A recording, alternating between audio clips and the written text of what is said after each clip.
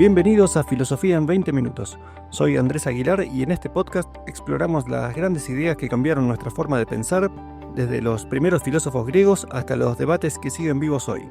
Sin palabras complicadas, sin vueltas innecesarias, solo las preguntas que importan y las respuestas que transformaron el mundo.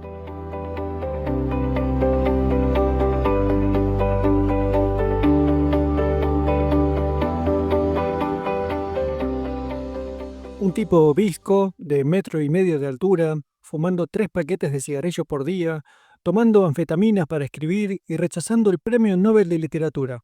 Ese era Jean-Paul Sartre, el filósofo que te miraba desde sus lentes gruesos y te decía: vos sos totalmente libre, y eso es tu condena. Y no lo decía desde una torre de marfil académica, lo decía sentado en el Café de Flore en París, rodeado de escritores, artistas y estudiantes que discutían sobre política, literatura y la libertad humana hasta las 3 de la mañana. Sartre no fue uno de esos filósofos que escriben tratados incomprensibles desde el aislamiento. El tipo vivió su filosofía, la puso en práctica, la llevó a las calles, y su idea central era tan simple como devastadora. No hay nada ni nadie que determine quién sos o qué tenés que hacer con tu vida. No hay un manual de instrucciones, no hay una esencia humana predeterminada, no hay un Dios que te marque el camino.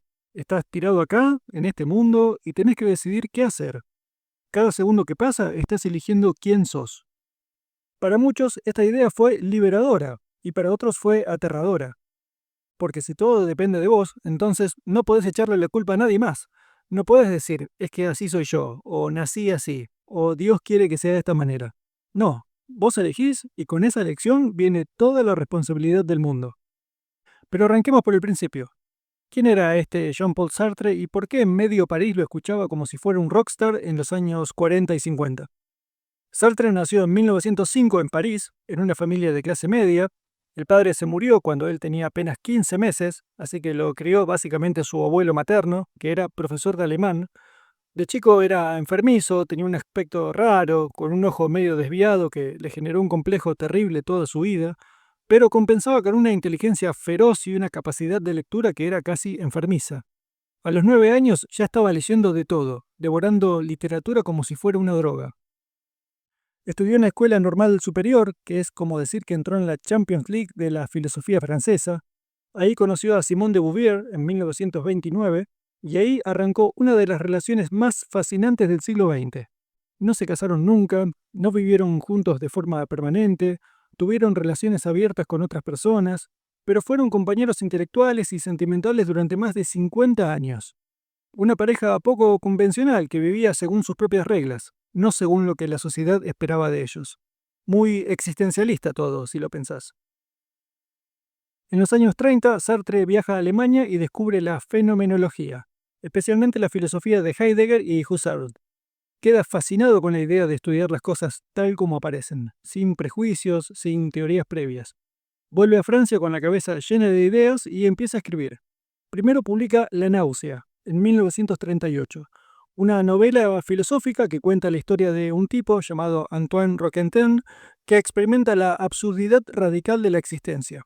El personaje se da cuenta de que las cosas simplemente están ahí, sin razón, sin propósito, y eso le genera una sensación física de asco y desorientación. La novela fue un éxito, pero todavía Sartre no era el fenómeno que se volvería después. Y después vino la guerra. La Segunda Guerra Mundial lo cambió todo. Sartre fue reclutado, cayó prisionero de los alemanes en 1940, pasó 9 meses en un campo de prisioneros de guerra.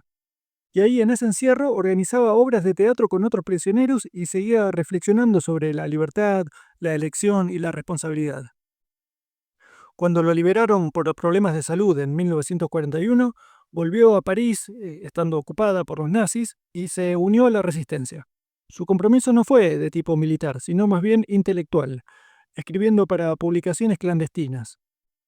Pero la experiencia de vivir bajo la ocupación nazi, de ver cómo la gente se adaptaba o resistía, de enfrentarse a dilemas morales concretos, eso marcó profundamente su filosofía.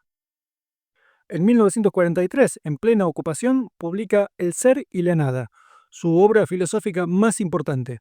Es un ladrillo de casi 700 páginas que es técnico, denso, difícil de leer, pero que contiene las ideas centrales de su existencialismo. Y acá viene lo loco. En medio de una guerra con París ocupada, el libro se convierte en un bestseller. La gente lo leía en los cafés, lo discutía en las calles, porque Sartre les estaba diciendo algo que necesitaban escuchar. Ustedes son libres, incluso acá, incluso ahora. Después de la guerra, Sartre se vuelve una celebridad filosófica como no se había visto antes. El existencialismo se pone de moda. Los jóvenes se empiezan a vestir de negro, se juntan en cafés a discutir sobre la angustia, la libertad, escuchan jazz, fuman muchísimo. Sartre da conferencias donde la gente se pelea por entrar, apenas hay lugar para respirar. Y en 1945 da una charla titulada El existencialismo es un humanismo, donde trata de explicar sus ideas de una forma más accesible, porque ya lo estaban acusando de ser pesimista, de ser nihilista, de promover la desesperación. Pero bueno, ¿de qué estamos hablando cuando hablamos de existencialismo? Vamos a ir al centro de la cuestión. La idea central, la que resume todo, es esta. La existencia precede a la esencia. Suena raro, pero es más simple de lo que parece. Pensalo así. Cuando alguien fabrica un cuchillo, primero tiene en mente la idea del cuchillo. ¿Para qué sirve? ¿Cómo tiene que ser? O sea, primero está la esencia, la idea, el propósito, y después viene la existencia, el objeto concreto. El cuchillo existe para cortar. Esa es su esencia, y fue hecho de acuerdo a ese propósito. Ahora, durante siglos, los filósofos y las religiones pensaron que con los humanos pasaba lo mismo, que Dios o la naturaleza o alguna ley universal primero diseñó qué es el ser humano, cuál es su propósito, cuál es su esencia, y después nos creó de acuerdo a ese criterio. Algo así como que nacés con un manual de fábrica que dice el ser humano es racional, o el ser humano está hecho para ser bueno, o el ser humano tiene que buscar la felicidad, o algo por el estilo. Como que ya vendríamos con esa esencia incorporada. Sartre, en cambio, dice que no, que es al revés.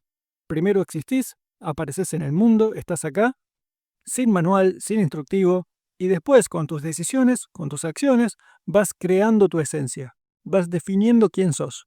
No hay una naturaleza humana universal que determine cómo tenés que ser. Vos te haces a vos mismo. Esto es radical, ¿no? Porque significa que no podés decir yo soy así como si fuera algo fijo e inmutable.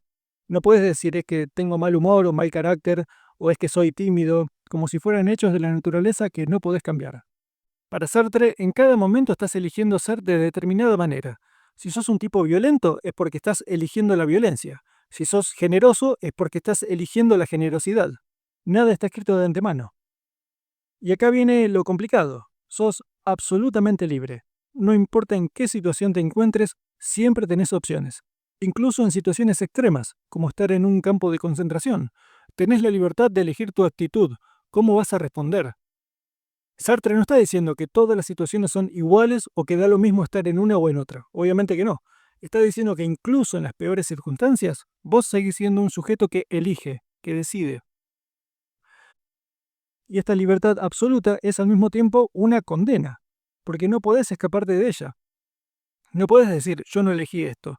Bueno, sí, quizás no elegiste nacer, no elegiste a tu familia, no elegiste muchas de las circunstancias de tu vida, pero estás eligiendo todo el tiempo cómo responder a esas circunstancias. Y esa elección te define. Sartre habla de tres conceptos clave que acompañan esta libertad. La angustia, el desamparo y la desesperación. Suena medio pesado, pero tiene sentido. La angustia es lo que sentís cuando te das cuenta de que realmente sos libre y responsable. No es el miedo a algo concreto, es algo más profundo. Es la sensación vertiginosa de que todo depende de vos, de que no hay barandas, de que cada decisión te compromete. Sartre da un ejemplo, un general que tiene que mandar tropas al frente y sabe que muchos van a morir. La orden depende de él. No puede echarle la culpa al destino, a Dios o a la necesidad histórica. Él decide y con esa decisión viene toda la angustia de la responsabilidad. El desamparo es la sensación de estar solo en tu decisión, sin un Dios que te guíe, sin valores absolutos que te digan qué tenés que hacer. Estás desamparado en el sentido de que no hay nadie más que pueda decidir por vos. Sartre cuenta el caso de un alumno suyo durante la guerra. El pibe tenía que elegir entre quedarse a cuidar a su madre viuda, que lo necesitaba mucho, o irse a Inglaterra a unirse a la Francia libre y luchar contra los nazis. Dos opciones, ambas válidas moralmente, pero excluyentes. ¿Qué hacer? El alumno le pregunta a Sartre buscando consejo y Sartre le dice, vos sos libre, vos elegís. No hay una respuesta correcta escrita en las estrellas. Lo que vos elijas, eso te va a definir. Es desamparador, sí, pero es la condición humana. Y la desesperación no es ni depresión ni tristeza. Es más bien renunciar a contar con cosas que están fuera de tu control. Es aceptar que solo podés contar con lo que depende de tu libertad. No podés controlar el futuro, no podés controlar a los demás, solo podés controlar tus propias acciones en el presente. Ahora, con tanta libertad y tanta responsabilidad encima, ¿qué hace la gente? Muchas veces huye. Y acá Sartre introduce un concepto que es genial, la mala fe.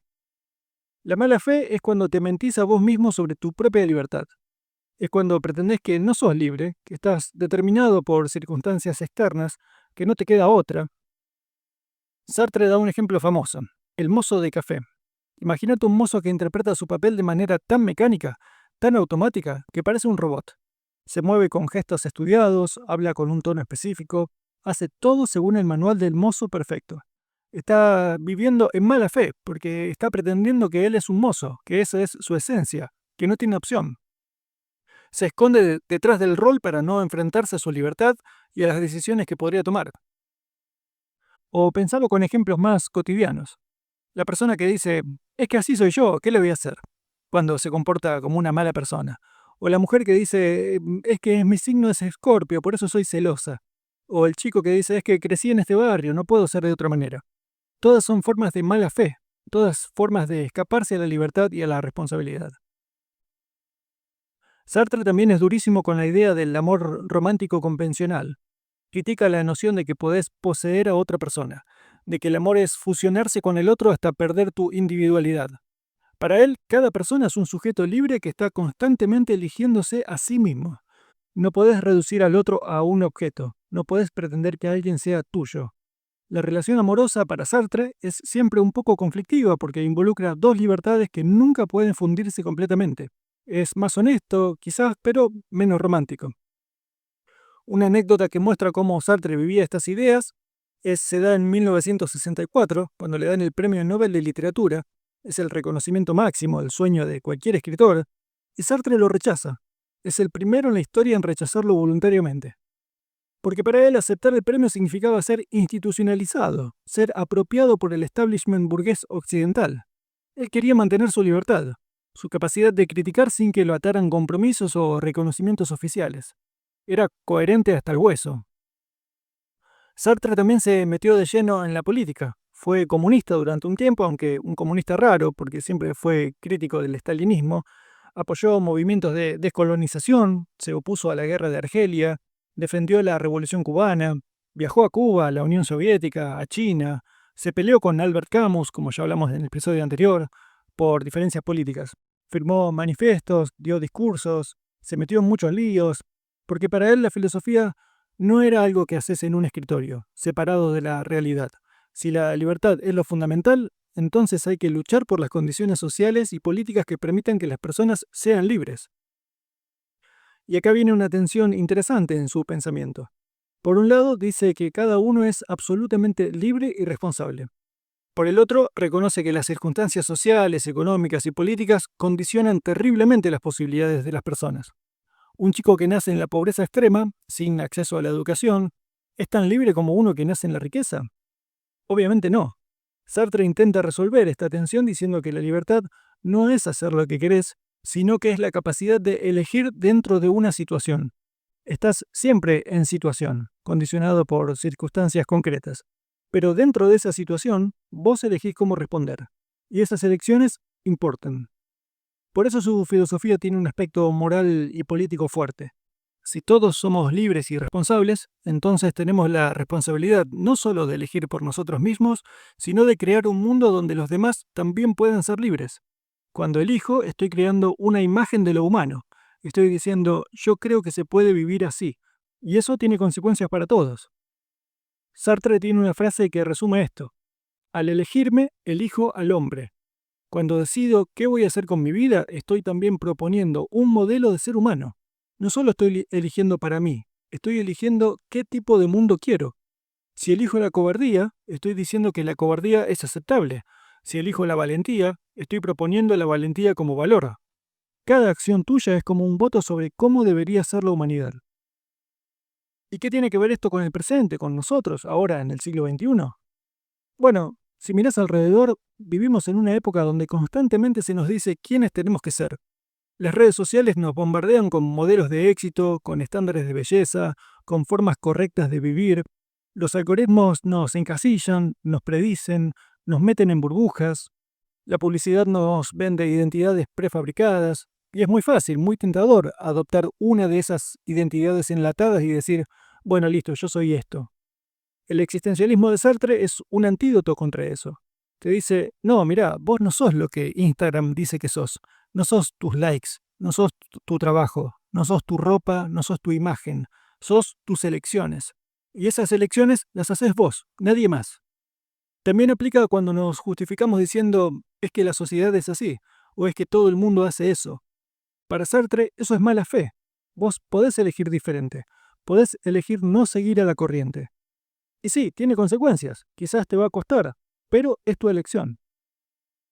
O cuando decimos no tengo opción, no me queda otra, estoy atrapado en este trabajo, o en esta relación, o en esta situación, Sartre te miraría con ese ojo visco y te diría, estás eligiendo quedarte. Quizás las alternativas son difíciles, quizás son costosas, pero siempre están ahí. Y no elegir también es una elección. Esto puede sonar brutal, y lo es. Hay algo casi implacable en Sartre, pero también hay algo profundamente liberador, porque si todo depende de vos, entonces podés cambiar. No estás determinado por tu pasado, por tus errores o por tus circunstancias. En cada momento podés elegir ser diferente. Sartre murió en 1980, medio ciego, bastante enfermo, después de una vida entera de escribir, fumar, tomar, militar y filosofar sin parar. Su entierro fue multitudinario. Más de 50.000 personas acompañaron el cortejo fúnebre por las calles de París. El tipo que rechazó el Nobel, que se pasó la vida diciendo que no había autoridades ni esencias fijas, terminó siendo una especie de ícono, casi un gurú.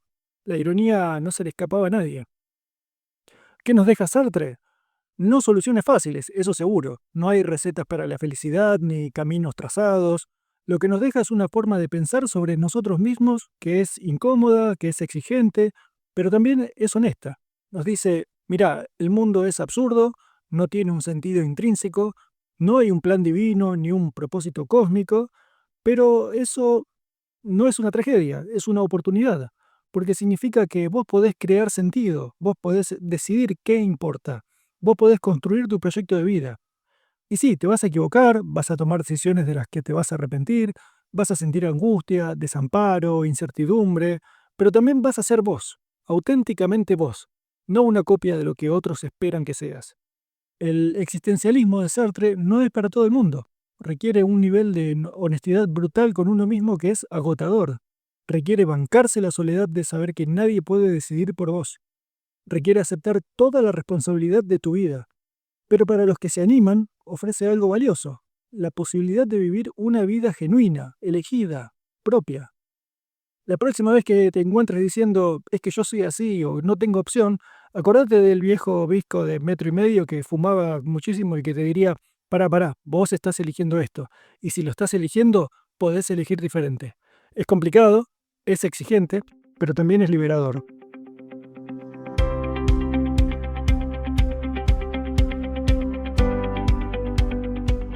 Si te gustó este episodio y querés seguir explorando las ideas que moldearon nuestra forma de pensar, suscríbete al podcast para no perderte los próximos episodios. También te invito a pasar por nuestro blog en 20minutos.com, donde subimos contenido nuevo todas las semanas. Y si te interesa este formato, tengo otros podcasts de libros, historia y mitología que seguro te van a interesar. Hasta la próxima.